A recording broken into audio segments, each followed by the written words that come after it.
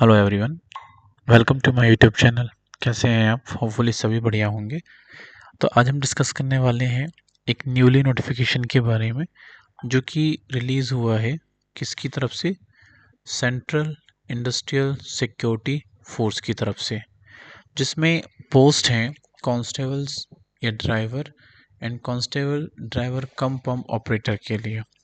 और इसमें काफ़ी अच्छी वैकेंसीज़ हैं जो कि अराउंड 1124 वैकेंसीज़ हैं, जो बहुत अच्छी वैकेंसीज़ हैं और बहुत सारी वैकेंसीज़ हैं जो कि CISF की तरफ से रिलीज़ हुई है।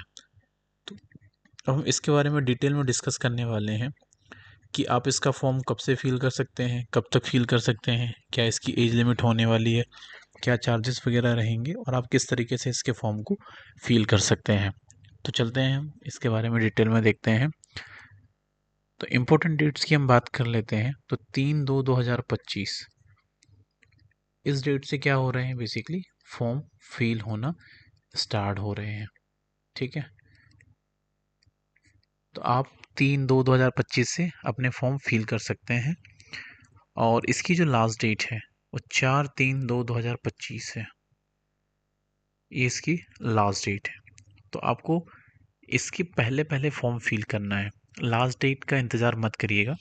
लास्ट डेट में क्या रश बहुत ज़्यादा हो जाता है, सर्वर की इश्यूज हो जाते हैं, पेमेंट फेलियर के इश्यूज आपको मतलब कि देखने पड़ सकते हैं, जिसके कारण क्या है एप्लीकेशन डिले हो जाएगी। तो आप बेसिकली इसके पहले पहले ही फॉर्म फिल कर देना और मिस्टेक मत करिएगा फॉर्म फिल करने में, एक बार ही में ही करेक्ट फॉर्म फिल करिएगा। हम डिस्कस कर लेते हैं क्वालिफिकेशन के बारे में। तो कैंडिडेट शुड पॉजेस मैट्रिकुलेशंस या equivalent qualifications from a recognise board. Minimum क्या है, मैट्रिकुलेशंस होना चाहिए या उससे रिलेवेंट सर्टिफिकेशंस होना चाहिए और साथ में ड्राइविंग लाइसेंस भी कंपलसरी है, ये भी होना ही चाहिए। विदाउट उसके क्या है, आप फॉर्म फिल नहीं कर पाएंगे। क्लियर है? वहीं हम बात करते हैं एज लिमिट की। तो मिनिमम जो एज लिमिट है वो है 21 ईयर। कितनी है मिनिमम एज लिमिट? 21 ईयर की है और मैक्सिमम एज लिमिट 27 ईयर्स की है। अगर आपकी एज 27 ईयर के बियॉन्ड है, किसके बियॉन्ड है? 27 ईयर्स की बियॉन्ड है, तो आप क्या कर सकते हैं, एज रिलैक्सेशन क्लेम कर सकते हैं। अब एज जो रिलैक्सेशन है, आप उसका बेनिफिट कैसे लोगे? तो पहले तो हम समझ लेते हैं ओबीसी के लिए कितना रहेगा, SC ST के लिए कितना रहेगा और अनरिजर्व कैटेगरी के लिए एज रिलैक्सेशन कितना रहेगा।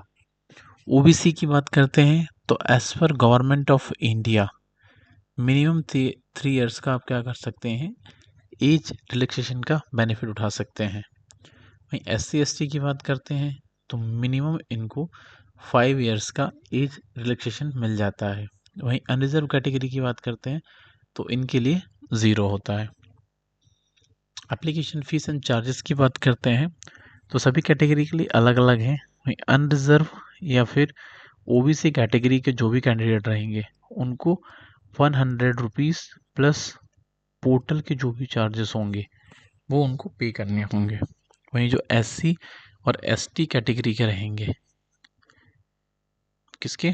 SC और ST कैटेगरी के जो रहेंगे उनके लिए नील होंगे। ठीक है, वही हम बात कर लेते हैं वैकेंसी डिटेल की। तो वैकेंसी डिटेल क्या है, 2 पोस्ट हैं। पहली जो पोस्ट है वो है कांस्टेबल ड्राइवर की, कांस्टेबल या ड्राइवर की, जिसमें नंबर ऑफ वैकेंसी है 845। इसमें डिग्री क्या है, मैट्रिकुलेशन या equivalent qualification from a recognise board से रिक्वायरमेंट रहेंगे।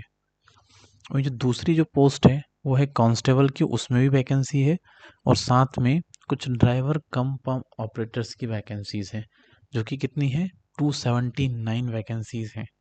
इसके लिए भी क्या है, मैट्रिकुलेशन या फिर इक्विवेलेंट क्वालिफिकेशंस रिक्वायर्ड रहेगा फ्रॉम द रिकॉग्नाइज्ड बोर्ड से।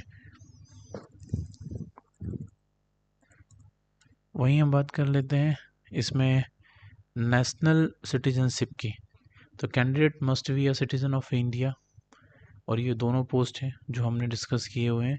इसमें अनरिजर्व कैटेगरी के लिए 344, एससी के लिए 26, एसटी के लिए 63, ओबीसी के लिए 228, ईडब्ल्यूएस के लिए 84, टोटल 845 वैकेंसी है, जिसमें जो 10% है वो कोटा फिक्स रहेगा या रिजर्व रहेंगी। वहीं कांस्टेबल या ड्राइवर कम पंप ऑपरेटर के लिए 116 अनरिजर्व कैटेगरी के लिए, 41 एससी के लिए, एसटी के लिए 20, ओबीसी के लिए 75 और ईडब्ल्यूएस के लिए 27, टोटल 279 वैकेंसीज रहेगी, जिसमें से 28 फीमेल के लिए रिजर्व कैटेगरी रहेंगी। टोटल वैकेंसी की बात कर लेते हैं। अनरिजर्व कैटेगरी के लिए 460, एससी के लिए 167, एसटी के लिए 83, ओबीसी के लिए 303, ईडब्ल्यूएस के लिए 11, टोटल 1124 वैकेंसीज इसके लिए रहेगी। ठीक है। वहीं आपको फॉर्म कैसे अप्लाई करना है, तो आप सिंपल सी बात है, ये इनकी वेबसाइट है www.cisf.gov.in। आप इसको जैसे ही लॉगिन करोगे, आप इसके मैन पोर्टल में पहुंच जाओगे। वहाँ से आप क्या करोगे, डिटेल नोटिफिकेशन डाउनलोड करके पहले तो उसकी स्टडी कर लोगे। डिटेल नोटिफिकेशन में आपको और भी इन्फॉर्मेशन से मिल जाएगी। वैसे तो हमने यहाँ पे 100% इन्फॉर्मेशन आपको प्रोवाइड की हुई है, बट फिर भी डिटेल नोटिफिकेशन एक बार स्टडी कर लीजिएगा। वहीं अप्लाई करने के लिए आप डायरेक्ट लॉगिन पाथ है https://www.cisf.gov.in। यहाँ पे आप विजिट कर सकते हैं और अपने फॉर्म को फिल कर सकते हैं।